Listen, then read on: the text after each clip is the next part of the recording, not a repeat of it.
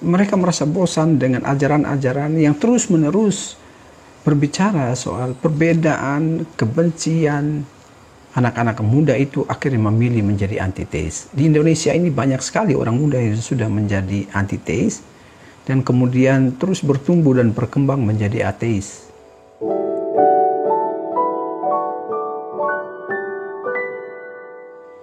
Tidak boleh kita menghadiri perayaan kaum musyrikin, nggak boleh. Menghadiri perayaan Natal, Tahun Baru, hukumnya haram dalam Islam, nggak boleh. Mengucapkan selamat, nggak boleh, hukumnya haram.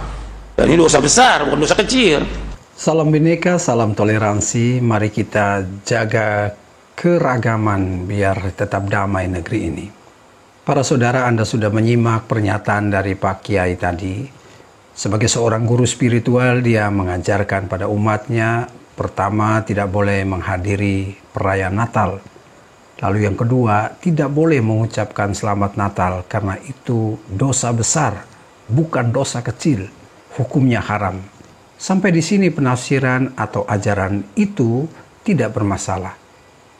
Karena setiap tokoh agama terpanggil untuk mengajarkan apa yang dianggap baik dan benar bagi umatnya. Nah, sekarang mari kita dengar apa yang disampaikan oleh ustadz atau kiai yang lain. Ustadz ini mempunyai pesantren dan kepada jemaahnya atau kepada murid-muridnya dia menyampaikan hal ini. Jadi kok lah wong gara-gara mengucapkan selamat Natal jadi kafir, berarti oke wong Kristen jadi Islam gara-gara mengucapkan selamat Idul Fitri. Jadi kalau dekat mau kan mikir Pak, iki arep ibadah ning gereja. Ngopo kok tidak dikawal wong sakmono mbane? Niku ora kok salahe wong gereja, niku sindiran bahwa selama ini mereka ibadah niku ora nyaman. Baik para saudara-saudari, sebagai umat Katolik yang sekaligus juga adalah seorang pastor, seorang romo, saya paham maksud dari dua cara tafsir yang berbeda meski dari satu sumber yang sama yaitu Al-Quran. Sebagai umat Katolik, tentu kami tidak pernah mempermasalahkan apakah mau diucapkan atau tidak selamat Natal itu. Malah yang kami anjurkan adalah selesaikan dulu di antara kalian, carilah kata sepakat di antara para ulama agar umat muslim di Indonesia, atau meminjam kata Ustadz yang pertama tadi, agar umat muslim tidak berdosa. Pak Ustadz mengatakan, Ustadz yang pertama tadi yang mengatakan ini bukan dosa ringan tetapi dosa berat kalau mengucapkan selamat Natal. Ya rasanya sedih kalau akhirnya mengucapkan selamat Natal itu berdosa berat atau berdosa besar ya, kalau meminjam istilah Pak Ustadz yang pertama tadi. Para saudara-saudari, setiap tahun pro kontra ini muncul, selalu terulang dalam tafsiran para ulama. Ada yang dengan kalimat tafsir yang santun ketika menyampaikan soal ini, seperti yang akan kita dengarkan ini. Assalamualaikum warahmatullahi wabarakatuh. Kemudian yang kedua adalah, Buya, apa hukum mengucapkan selamat Natal? Terima kasih, Buya. Yang kedua apa? Yang kedua, apa hukum mengucapkan selamat Natal? Terima kasih. Mengucapkan selamat Natal. Sekarang begini loh ya. Saya akan pahamkan, toleransi itu harus tahu dalam Islam. Apa makna toleransi? Sebenarnya dalam Islam tidak mengenal toleransi, yang ada adalah kewajiban. Kalimat toleransi itu begini sebenarnya. Anda sebenarnya nggak boleh masuk ke sini karena Anda bukan pegawai di sini. Ya, karena satu hal jadi boleh. Enak nggak? Nggak enak, itu toleransi. Sebetulnya Anda nggak boleh masuk ini karena satu hal Anda jadi boleh. Tapi dalam Islam nggak toleransi, adanya kewajiban. Misalnya tetangga sakit kita wajib ngasih, bukan dalam irama irod toleransi, wajib ngasih. Tetangga Nasrani yang sakit wajib kita ngasih makan, ngasih obat. Tetangga Nasrani yang lapar kita wajib ngasih makan, bukan toleransi, kewajiban. Yang ada dalam Islam lebih tinggi dari toleransi, tapi kewajiban. Baik, sekarang kita pakai istilah toleransi, boleh karena sudah berlaku di Indonesia. Toleransi itu bagaimana? Toleransi itu jangan paksa orang lain untuk ngikuti kamu. Itulah toleransi. Kita harus paham makna toleransi sedikit. Jadi gara-gara salah memaknai toleransi, salah dalam penerapannya dan salah fatwa. Contoh begini, toleransi itu begini, kalau Anda itu acara hari raya Idul Fitri rame-rame, Anda jangan paksa karyawan Anda yang Nasrani untuk mengucapkan selamat hari raya atau memberikan bingkisan. Kan begitu mestinya. Itu toleransi. Seperti pengajian begini ini, orang Nasrani tidak wajib, ya enggak? Jangan karena kamu kerja di wilayah kaum muslimin kamu harus. Nah, tidak toleransi dong begitu. Jadi toleransi itu jangan dipaksa dia untuk ngikut. Dan ingat, Anda pun tidak boleh memaksa kaum minoritas ngikuti Anda dalam urusan keagamaan. Wajib hari raya semuanya harus ikut ke alun-alun demi syiar. Biarpun orang Nasrani, Anda nggak boleh. Anda orang Muslim nggak ngerti toleransi. Biarpun Anda jadi kepala kuunya, gubernurnya Muslim, pokoknya karena sebagai seorang gubernur Muslim, maka sekarang setiap hari raya Idul Adha semuanya harus ke alun-alun biar syiar. Nggak boleh Anda memaksa. Jadi memaksa orang minoritas ikut mayoritas saja tidak boleh, apalagi memaksa kaum mayoritas ngikut minoritas, sama tidak boleh. Nah sekarang sama saya. Anda tidak perlu kecewa jika Anda punya tetangga yang Nasrani, kemudian Anda mengadakan perayaan Maulid Nabi, lalu dia tidak mengucapkan selamat. Anda tidak boleh paksa dia. Jangan lalu berkata, dasar kamu tetangga tidak toleransi, saya maulidan, saya acara nggak mau datang. Anda memaksa dia dong kalau Anda menyuruh dia datang kepada Anda mengucapkan selamat. Ini berarti toleransi itu maknanya apa? Jangan paksa. Begitu juga apalagi di sini kaum mayoritas, jangan paksa orang Islam mengucapkan selamat Natal. Kalau Anda maksa, berarti tidak ngerti toleransi. Ini kan urusan agama saya. Maka di saat salah makna toleransi, dipikir yang tidak mengucapkan nanti tidak ngerti toleransi. Jadi masalah di sini pemahaman toleransi. Makanya rancuh semuanya.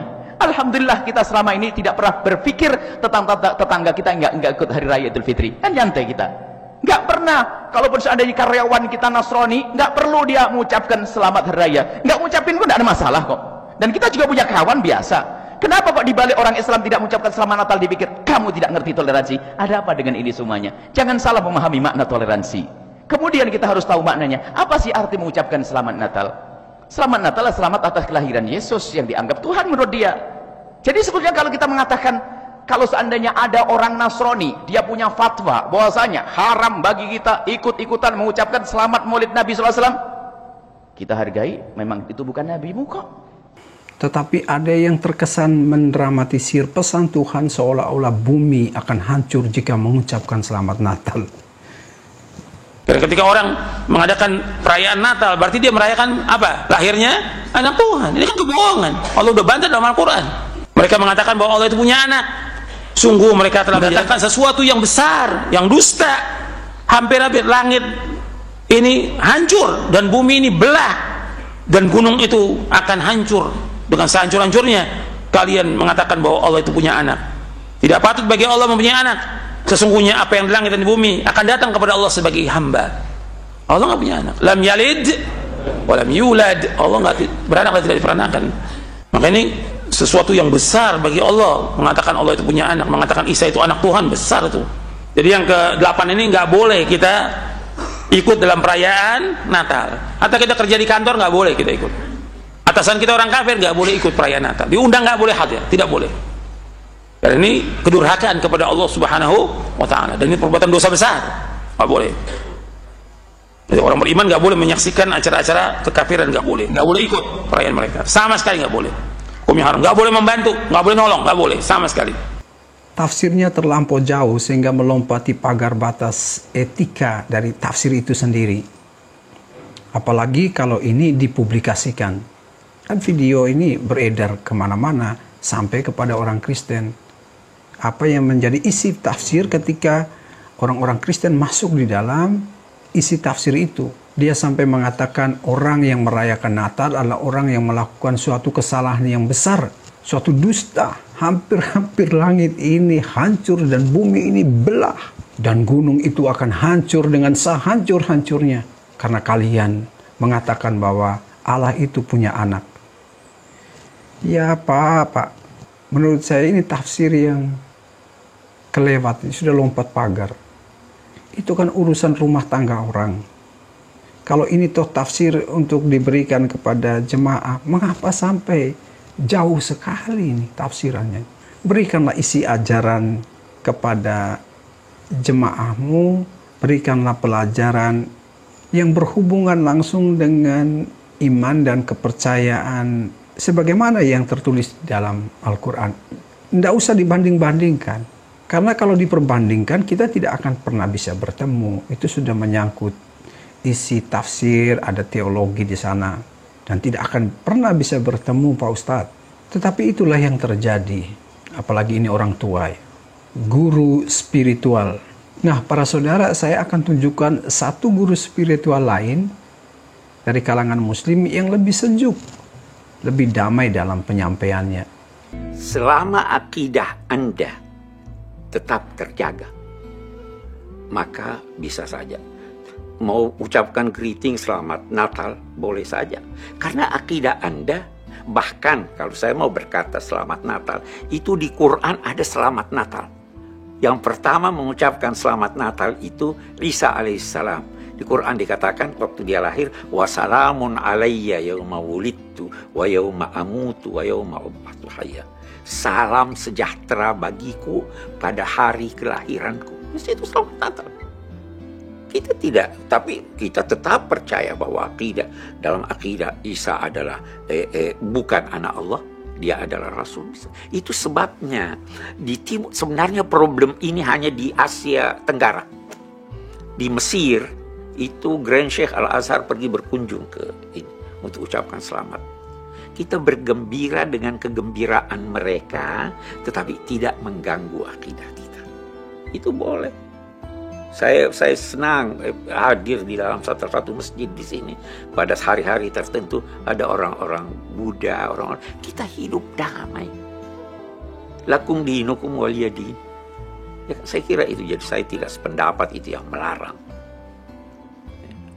Terlalu sempit pikirannya. Saudara-saudari, dari semua cuplikan penjelasan ini, saya mau sampaikan bahwa beragama di Indonesia ini itu layaknya orang hidup bertetangga. Maka uruslah rumah tangga masing-masing. Jika ada perbedaan pendapat, bahkan perdebatan yang terus-menerus setiap tahun, biarlah itu cukup kalian yang tahu. Jangan seperti ini. Kasihan anak-anak muda pada bingung mau ikut kemana. Bisa-bisa mereka menjadi antiteis. Artinya apa? Mereka menolak kehadiran Tuhan. Mereka bahkan tidak mengakui kehadiran Tuhan. Banyak sekali antiteis itu adalah orang-orang yang dulunya beragama. Mereka kemudian merasa tidak puas atau merasa bosan atau bisa merasa muak dengan segala tafsir yang membingungkan. Itu bisa terjadi di agama apapun. Ketika tokoh-tokoh agama tidak memberi ajaran yang membawa damai, yang mengajarkan tentang cinta kasih, pengampunan. Bagaimana Allah bisa ditemukan dalam setiap perjumpaan yang membawa perdamaian. Mereka merasa bosan dengan ajaran-ajaran yang terus-menerus berbicara soal perbedaan, kebencian.